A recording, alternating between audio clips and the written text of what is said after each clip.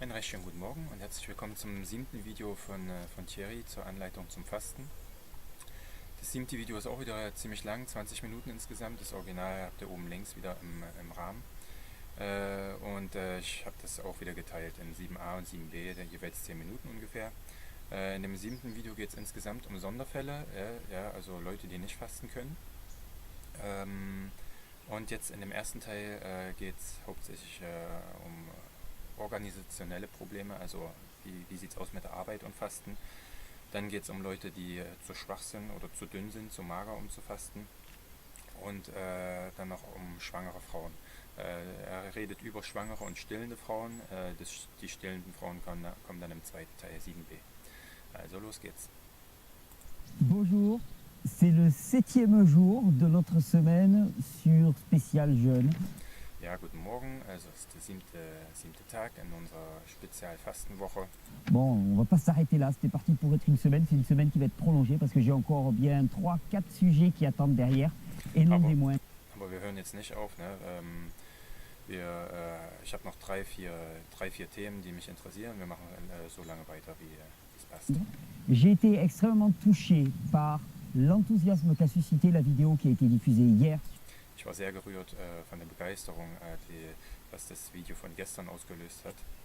Pour le jeûne sec, pour comprendre exactement les mécanismes du jeûne sec et comprendre que... Über das Trockenfasten, genau die Mechanismen zu verstehen, die beim Trockenfasten vor sich gehen. Comment le jeûne sec, c'est le jeûne puissance 3, puissance 10, hein, et vraiment... Das Trockenfasten ist das Fasten hoch 3 oder hoch 10. Voir votre enthousiasme, la façon dont vous avez apprécié les explications, ça m'a beaucoup touché. Parce que so eure Begeisterung zu sehen und wie ihr das zu schätzen wisst, das hat mich wirklich berührt. Pour moi, le jeûne sec, ça a vraiment été une découverte phénoménale. Weil für mich war das Trockenfasten wirklich eine phänomenale Entdeckung. On remettra une couche de jeûne sec à la fin de cette série. Am Ende von der Serie werden wir nochmal übers Trockenfasten reden. Rentrera dans un peu plus de détails encore sur les mécanismes du jeûne sec, comment ça se passe. Wo ich noch ein bisschen mehr ins Detail gehe was die Mechanismen betrifft vom Niveau Trockenfasten. cellulaire et surtout on parlera de cette fameuse déshydratation. Auf einer zellulären Ebene und wo ich vor allen Dingen von dieser berühmten Dehydratisierung reden werde, Dehydratation. Vous savez, la déshydratation qui fait tellement peur. Et on verra que la déshydratation... Die Dehydratisierung, die so viel Angst macht. Ja. Und wir werden sehen, si elle est chronique, est effectivement extrêmement délétère. Dass die Dehydratisierung, ja, wenn sie chronisch ist, ne, dann ist sie auf jeden Fall sehr, sehr schädlich. Par contre, la déshydratation, dans les limites de la capacité adaptative du Aber die Dehydratisierung innerhalb der Grenzen der Anpassungsfähigkeit, système peut être un facteur extrêmement favorable. Et que la das kann ein extrem vorteilhafter Faktor sein. déshydratation n'est pas un problème en jeûne sec. Ça Und die Dehydratisierung ist kein Problem im Rahmen des Trockenfastens. peut paraître paradoxal. Vous allez voir, on va s'en occuper. Das scheint erstmal paradox zu sein, aber ihr werdet schon sehen, wir werden uns damit beschäftigen. Aujourd'hui, on est dimanche. Heute Je dis ist ça, moi Sonntag. je l'enregistre samedi en fin d'après-midi, mais on est dimanche, on va dire. Also ich habe das hier Samstag aufgenommen, aber wir sagen jetzt mal, es ist Sonntag. On dirait qu'on est dimanche. Le dimanche, c'est globalement un jour de repos. On va parler du jeûne pour ceux qui ne Samstag ist meistens ein Ruhetag. Ja? Wir reden heute vom Fasten für die, die nicht fasten können. peuvent pas jeûner ou qui croient qu'ils ne peuvent pas Oder die jeûner. denken, dass sie Globalement, nicht fasten je können. vais vous montrer glauben, qu'en dass fait, sie il y a nicht fasten personne qui ne peut pas jeûner, que c'est Im Allgemeinen, ihr werdet sehen, es gibt niemanden, der nicht fasten kann. juste une question de quantité d'adaptation. Es ist nur eine Frage der Quantität, der Menge und der Anpassung. On va parler des femmes enceintes, des femmes allaitantes, Wir reden von schwangeren Frauen, von stillenden des Frauen, personnes qui travaillent, des personnes âgées, des Leute, die arbeiten, Leute, die alt sind, personnes très faibles. Je me suis fait une sehr petite liste. schwache Leute Et des enfants. und Et des Kinder. personnes trop faibles ou trop maigres, hein, parce que c'est Und zu schwache Leute oder zu magere Leute. une problématique. On va aussi parler dans cette C'est ça, vidéo c'est- de monodiète, de cure de jus et de Wir reden auch von Monodiäten, von Saftfasten, Saftkuren, toutes les alternatives qui peuvent être présentées aux jeunes alle möglichen Alternativen, die einem vorgestellt werden können zum Fasten stricto sensu. im engeren Sinne. Alors, quand on parle de personnes qui ne peuvent pas jeûner, chaque fois on envisage des personnes pour qui il y a une Also jedes Mal, wenn man von Leuten redet, die nicht fasten können, dann stellt man sich Leute vor, difficultés, soit physiologiques, soit au niveau organisationnel die Probleme haben. Entweder auf dem physiologischen Bereich, also auf körperlicher Ebene, oder im organisationellen Bereich. Ja? pour jeûner. Hein. Le jeûne étant l'abstinence volontaire de nourriture ou de nourriture et d'eau dans le cœur. Wenn man davon ausgeht, dass das Fasten die Abstinenz von Nahrung ist oder von Nahrung und Wasser, Flüssigkeit. Du jeûne sec. Alors, on va essayer de prendre ces différentes catégories, une par une, pour essayer de montrer quelles pourraient être les options pour ces personnes-là. Also wir schauen uns mal die einzelnen Fälle an, die einzelnen Kategorien, eine nach dem anderen und schauen uns mal, was die Besonderheiten sind von denen. Je vais d'abord commencer par les personnes qui travaillent. Aujourd'hui, Ich fange erstmal mit den Leuten an, die arbeiten. on est dimanche, Heute ist donc a Sonntag, priori, il y a peu de gens qui travaillent le dimanche. also normalerweise gibt es wenige Leute, die am Sonntag arbeiten. Effectivement, il peut être difficile de jeûner et de travailler en même temps, Tatsächlich, es kann schwierig sein, zu fasten und gleichzeitig zu arbeiten. surtout quand c'est une première expérience de jeûne. Vor allen Dingen, wenn es eine erste Erfahrung im Fasten ist. Pourquoi? Parce que lors du jeûne, le fait qu'il y ait énormément de réactions de nettoyage dans le Weil während des Fastens passieren halt viele Reaktionen im Körper, ja? Also Reinigungsreaktionen. corps peut amener à des états émotionnels relativement perturbés. Das kann zu einem Gefühlszustand, zu einem relativ zu einem Gefühlszustand führen, der durcheinander kommt, ja? Perturbé, gestört, ein gestörter Gefühlszustand. Donc si vous ajoutez au travail qui se fait à l'intérieur les Also wenn ihr zu dieser Arbeit, die sich im Inneren die im Inneren vor sich geht, sollicitations de l'environnement, vous avez un travail. wenn ihr dazu noch die ganzen Anregungen von außen, also die Belastung von außen dazu führt, Un boulot qui demande énormément de concentration, par exemple, donc il va consommer eine Arbeit, wo ihr euch sehr konzentrieren müsst, zum consommer Beispiel, énormément de sucre au niveau du cerveau, wo viel Zucker im Gehirn verbraucht wird, alors que vous êtes en plein réglage, que votre corps n'a plus d'apport de sucre externe. obwohl euer Körper gerade dabei ist, sich neu zu regulieren. Der Körper hat keinen äußeren Zuckerzufuhr mehr. D'ailleurs, donc il est en train d'essayer de commencer à brûler ses graisses, Also er ist gerade dabei, sich sein Fett zu verbrennen, mais il n'y est pas vraiment habitué parce que c'est les premières fois où vous faites des aber er ist überhaupt noch nicht daran gewohnt, weil das erste Mal ist, dass ihr so eine Fastenerfahrung macht. jeûnes, donc la quantité de sucre est un peu limite, vous êtes limite hypoglycémie. Hein. Also der Zucker, der zur Verfügung steht, der Blutzucker, hat an der Grenze, ne? Ihr seid an der Grenze zur Unterzuckerung. Dans les premiers jeûnes, c'est ce qui se passe. On est limite hypoglycémie. Et Das ist normal bei den ersten Fasten, ja? Das ist das, was passiert. Man ist knapp an der Unterzuckerung dran. là, à ce moment-là, il y a beaucoup de demandes de l'environnement. Ça peut être très Und wenn es in dem Moment von außen viele Anfragen oder viel Belastung von der Umwelt gibt, très difficile à gérer. dann kann Et d'ailleurs, es sehr schwierig sein, das zu steuern und zu regeln. la personne qui travaille avec moi à l'association, Hélène, me disait qu'elle avait reçu pas mal de messages Und übrigens, die Frau hier, die mit mir zusammenarbeitet im Verein, ja, die hat ziemlich viele Mails bekommen de personnes qui s'étaient mis à jeûner un jour, 2 jours, puis au bout de 2 von Leuten, die haben angefangen zu fasten, 1, 2 Tage und jours, dann ils sont à leur travail, ils n'y arrivent plus, ils perdent un peu les pédales et à ce moment und am zweiten Tag sind sie auf Arbeit und dann schaffen sie es nicht mehr und sie sind ein bisschen außer Kontrolle là, ils se jettent sur de l'eau sucrée. C'est und dann stürzen sie sich auf das Zuckerwasser. vraiment dommage. C'est vraiment dommage Das ist wirklich schade. de couper une expérience de jeûne avec de l'eau sucrée. Ein Fasten, eine erste Fastenerfahrung mit Zuckerwasser zu brechen. Prévoyez d'avoir avec vous un petit jus de légumes ou quelques dattes. Das könnte vielleicht voraussehen, ne? Oder könnte vorausplanen in so einem Fall, dass er ein bisschen Gemüsesaft mitnimmt oder ein paar Datteln Ou un morceau de fruit et puis croquez-vous-le tranquillement. C'est oder ein Stück Frucht, ein Stück Obst und dann esst ihr das gemütlich. vraiment dommage. Alors, par rapport au travail, eh bien, la règle, elle est simple pour moi. Also was die Arbeit betrifft, ist die Regel ziemlich einfach für mich. Adaptation progressive et surtout ne pas se mettre en adaptation progressive dans les conditions qui sont les pires. Schrittweise Anpassung und vor allen Dingen schrittweise Anpassung nicht in schlechten Bedingungen. C'est-à-dire qu'il n'y a pas de meilleur moment pour expérimenter le jeûne que quand on est au repos, Also es gibt keinen besseren Zeitpunkt, das Fasten auszuprobieren, wenn man einen Ruhetag hat, eine Ruhephase. Quand on est en vacances, quand on n'est pas sollicité, Urlaub. quand on peut maîtriser son environnement.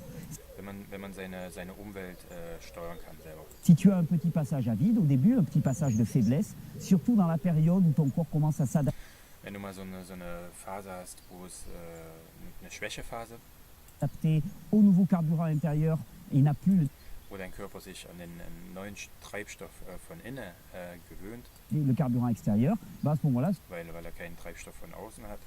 si tu es en repos, il n'y a aucun problème, tu prends ton temps.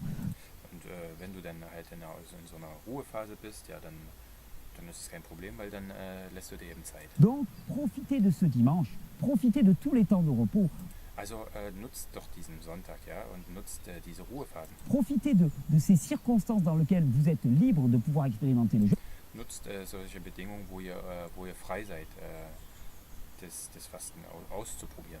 Pour l'expérimenter. Et au boulot, ben, rien ne vous empêche de pratiquer quelque chose, moi, auquel je crois énormément. Und auf Arbeit, ja, dann hindert euch doch nichts daran, etwas auszuprobieren, an was ich besonders glaube und wovon ich fest überzeugt bin. Et on va en parler beaucoup dans cette vidéo, c'est le Und in diesem Video werden wir viel davon sprechen. jeûne intermittent. Le jeûne intermittent, Das ist eben das Intervallfasten. Ja?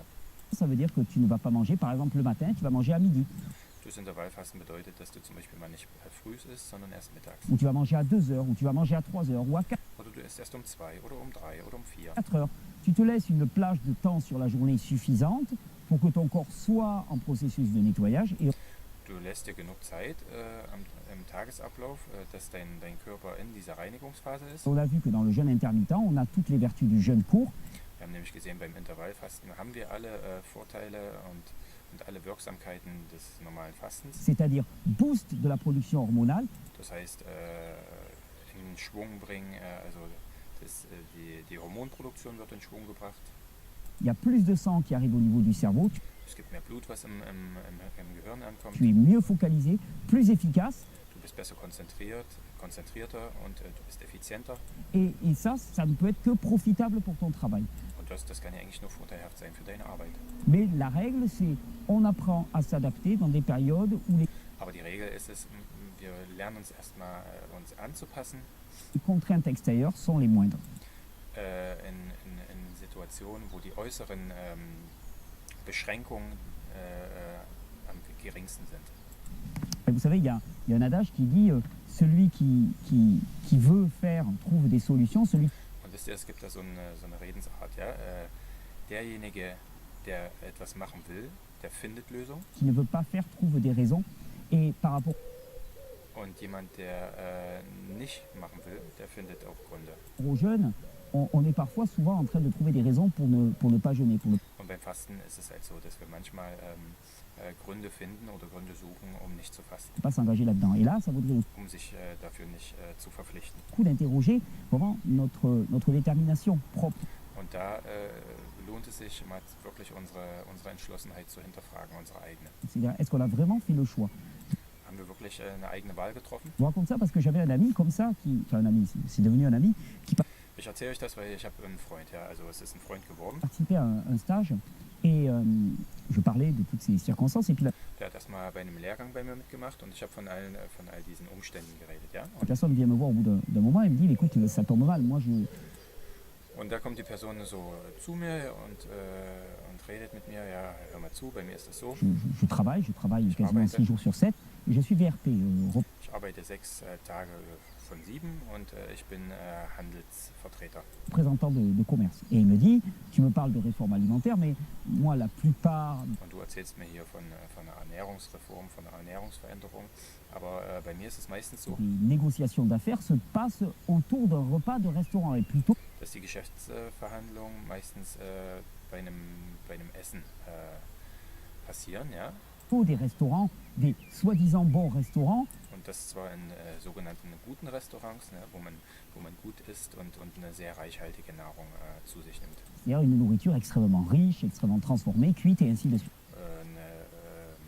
Eine Nahrung, die halt sehr transformiert ist, verändert, ne, und gekocht und so. Donc il me dit, je vois mal comment je peux mettre ça en place. Et puis on a Also für mich ist es schwer zu sehen, da wie ich diese Ernährungsreform, von der du sprichst, wie ich das bei mir umsetzen kann. Réfléchis ensemble et on est arrivé à une solution. Und dann haben wir zusammen überlegt und wir haben eine Lösung gefunden. La solution, c'est tu ne manges que au restaurant. Die Lösung ist, du isst einfach nur im Restaurant. Ça veut dire quoi? Ben, ça veut dire que Was heißt das? la plupart du temps, il ne faisait pas 2 repas sur la journée au restaurant. Il en Aber das heißt, meistens hat er nicht zweimal im Restaurant gegessen, faisait qu'un. Bon, ben alors la plupart des jours, eh ben, il ne mange qu'un seul repas. Et le seul sondern nur einmal. Und das würde dann bedeuten, dass er halt die meisten Tage nur einmal isst, und zwar im Restaurant. repas qu'il mange, c'est le repas qu'il fait au restaurant. Et puis le dimanche ou le samedi, quand il est en repos, eh bien, il ne mange pas. Und dann am Sonntag oder am Samstag, wenn er einen Ruhetag hat, dann isst er nicht. Il jeûne. Hein. Donc fastet. il ne faisait plus que des repas au restaurant. Il pouvait Also seitdem hat er nur noch im Restaurant gegessen. dire, moi, pendant plusieurs mois, je n'ai mangé qu'au restaurant. Sauf qu'il Und er konnte dann sagen, ja, mehrere Monate lang habe ich nur im Restaurant gegessen. mangeait peu. Et quel a été le résultat? Eh bien, c'est une Und es war aber nur einmal, ne? Und das heißt, er hat relativ wenig gegessen. Und was war das Ergebnis davon? personne qui s'orientait doucement vers un petit diabète, qui Also es war eine Person, die vorher langsam in Richtung Diabetes gegangen ist, ja? avait de l'hypertension, du surpoids. Bluthochdruck, Übergewicht. Ben, en l'espace de 3 ou 4 mois, tout ça, ça a été définitivement réglé. Und das alles nach 3 bis 4 Monaten war das auf jeden Fall definitiv geregelt, also abgehakt. Donc, il y a des solutions à trouver. Et quelque part, je vous Also es gibt auf jeden Fall immer eine Lösung zu finden. dirai plusieurs fois dans cette vidéo, mais c'est à vous de vous tailler le jeûne Und ich werde es mehrmals jetzt in dem Video sagen, es ist eure Aufgabe, euch das Fasten so zu gestalten, dass es auf eure Situation passt. à votre mesure. Il n'y a pas de règles, il n'y a pas de on doit. Es gibt keine Regel oder keine festen Regeln, es gibt Prinzipien, Ideen, ja, Orientierungshilfen, es gibt keine festen Regeln, es gibt kein man muss Il n'y a pas de il ne faut pas. und es gibt kein man darf nicht. Donc, pour les personnes qui travaillent, surtout ne commencez pas des expériences de jeûne Also die Leute, die arbeiten, auf jeden Fall macht eure erste Fastenerfahrung nicht, pendant votre travail, commencez-les eure pendant le Arbeit. week-end et n'implémentez dans votre vie de sondern eher am Wochenende. travail que des solutions de jeûne que vous maîtrisez déjà.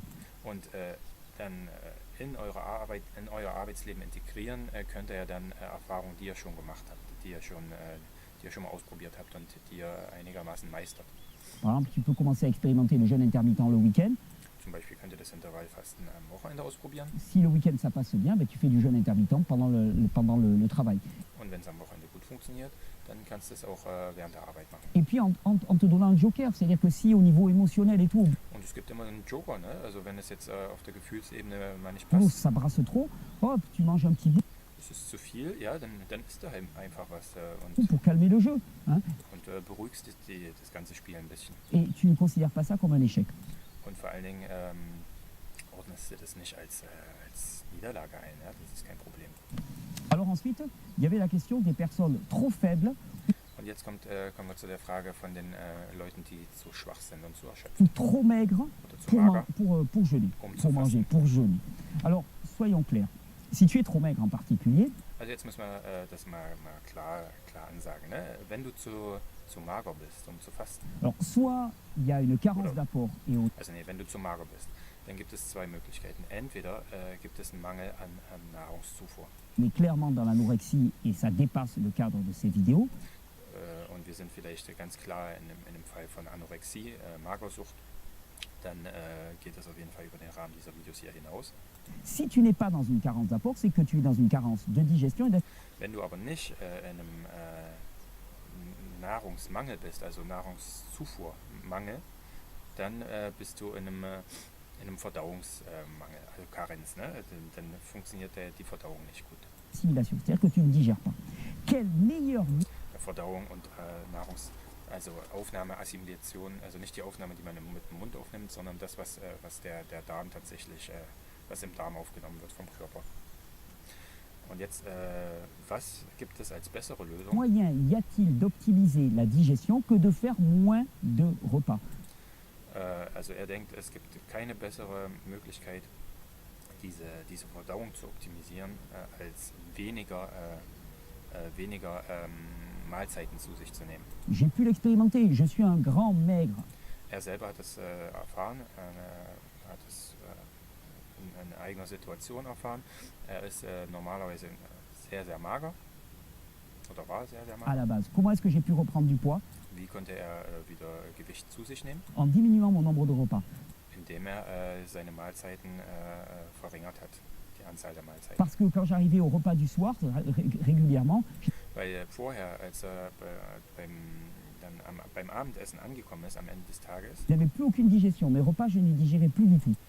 der hatte gar keine, seine Verdauung hat gar nicht mehr funktioniert. Die Mahlzeit wurde gar nicht mehr verdaut. Là, en faisant un seul repas par jour, quand j'arrive le soir, Und jetzt macht er nur noch eine Mahlzeit pro Tag, wenn er dann beim Abendessen ankommt abends, j'ai une capacité à digérer des cailloux. dann hat er eine Kapazität, ja, dann hat er seine Verdauung, seinem Verdauungssystem ist es möglich, Kiesel zu verdauen, ja, Steine zu verdauen. So sagt man das auf Französisch. Alors, il est certain que pour les maigres et pour les fatigués, donc Also eins ist sicher, ne, für die Mageren und für die müde sind, qui ont tous un système adaptatif qui est extrêmement faible, il ne va deren Anpassungssystem extrem schwach ist, pas falloir leur demander une longue adaptation. von denen sollte man nicht eine lange Anpassung verdauen. Also ein Langzeitfasten wäre hier unangebracht. Le jeûne intermittent va être la panacée, Das Intervallfasten ist hier das Allheilmittel, littéralement pour vous. C'est-à-dire que ça va wortwörtlich. être juste l'optimisation, le côté stimulant que peuvent Also man hat auf jeden Fall diese stimulierende Wirkung, diese belebende Wirkung avoir les jeunes courts. Ça va booster l'hormone de croissance, ça va vom Kurzzeitfasten. Es wird die Wachstumshormonproduktion in Schwung bringen. booster le métabolisme protéique. Der Proteinmetabolismus wird in Schwung gebracht. Ça va booster la production d'adrénaline, de noradrénaline. Vos organes de Die Adrenalin- und Noradrenalinproduktion wird in Schwung gebracht. digestion vont recevoir plus de sang. Vous Die Verdauungsorgane werden besser durchblutet. économisez vos sucs digestifs. Euer Verdauungszucker wird gespart, ja, es wird damit gehaushaltet tagsüber. Les enzymes Also das heißt, es wird keine Energie für die Verdauung benutzt. Die Enzyme werden mit dem Enzymsystem wird gehaushaltet. créatiques, par exemple, eh bien, vont être économisées. Alles, was in der Bauchspeicheldrüse produziert ist, das wird gespart tagsüber. La bile va être économisée, ce qui veut Die Galle, dire que quand vous allez en avoir besoin, vous allez en avoir beaucoup de disponibles. das heißt, wenn ihr das dann braucht am Ende des Tages oder dann, wenn ihr halt was esst, dann habt ihr halt viel davon, steht dann viel davon zur Verfügung. Donc la règle, c'est jeûne intermittent Also die Regel ist Intervallfasten, de manière à potentialiser la digestion, l'assimilation um eben die Verdauung, die Nahrungsaufnahme, also die Assimilation, um die dann zu optimieren, wenn es dann wirklich soweit ist. et reprendre enfin du poids. Und dadurch wird dann auch wieder Gewicht, dadurch entsteht dann die Gewichtszunahme wieder. Alors après, il y a un cas particulier que je voulais faire, c'est sur les femmes enceintes et les Und jetzt kommen wir halt zu dem Sonderfall schwangere Frauen und stillende Frauen, femmes allaitantes, hein, parce qu'on me pose aussi très très souvent la question. weil diese Frage oft kommt. Alors pour les femmes enceintes, la règle de sécurité, c'est de dire pas de jeûne. Also die Sicherheitsregel für schwangere Frauen ist auf jeden Fall nicht fasten. Ça peut être modulé. Das kann angepasst werden. Je dirais pas de jeûne durant les 3 premiers mois, surtout s'il y a un antécédent Ich selber würde sagen, die ersten 3 Monate kein Fasten, vor allen Dingen, wenn es vorher schon mal eine Fehlgeburt gab. de fausse couche, parce que le fœtus souvent est quand même dans une période où tout n'est pas encore bien stabilisé. Donc Weil der Fötus halt noch in einer Situation ist, wo noch nicht alles stabilisiert ist. on ne prendra pas de risque. Also nehmen wir lieber kein Risiko. On ne dit pas de jeûne, mais le jeûne intermittent, surtout pour des personnes qui l'ont déjà expérimenté, Also wir sagen lieber mal kein Fasten, ne? Aber das Intervallfasten, vor allen Dingen für Leute, die das schon gemacht haben, peut être tout à fait bienvenu. Là encore, en das kann kann möglich sein und willkommen sein. sachant que c'est un moment de bouleversement hormonal, il peut y avoir des Aber jetzt muss man sich trotzdem bewusst sein, dass in dieser Zeit das Hormonsystem ein bisschen verrückt spielt. pulsions, des fringales finalement auxquelles on ne s'attend pas. Es kann zu so Heißhungerattacken kommen, ja? Was wir nicht unbedingt alles steuern können und meistern können. Pas. Donc ne pas considérer comme un échec le fait d'un seul coup de se retrouver à manger. Also dann ordnet das auf jeden Fall nicht als Niederlage ein und wenn ihr auf einmal À n'importe quelle heure, bien wenn ihr auf einmal anfangt mit Essen zu irgendeiner bestimmten Zeit, zu einer bestimmten Tageszeit, obwohl das eigentlich nicht so vorhergesehen war in eurem Fastenplan oder in eurem Ernährungsplan. que ça ne respecte pas le calendrier qu'on s'était fixé. Femme allaitante, alors Okay, dann erstmal hier Pause für den ersten Teil des Videos und dann bis später.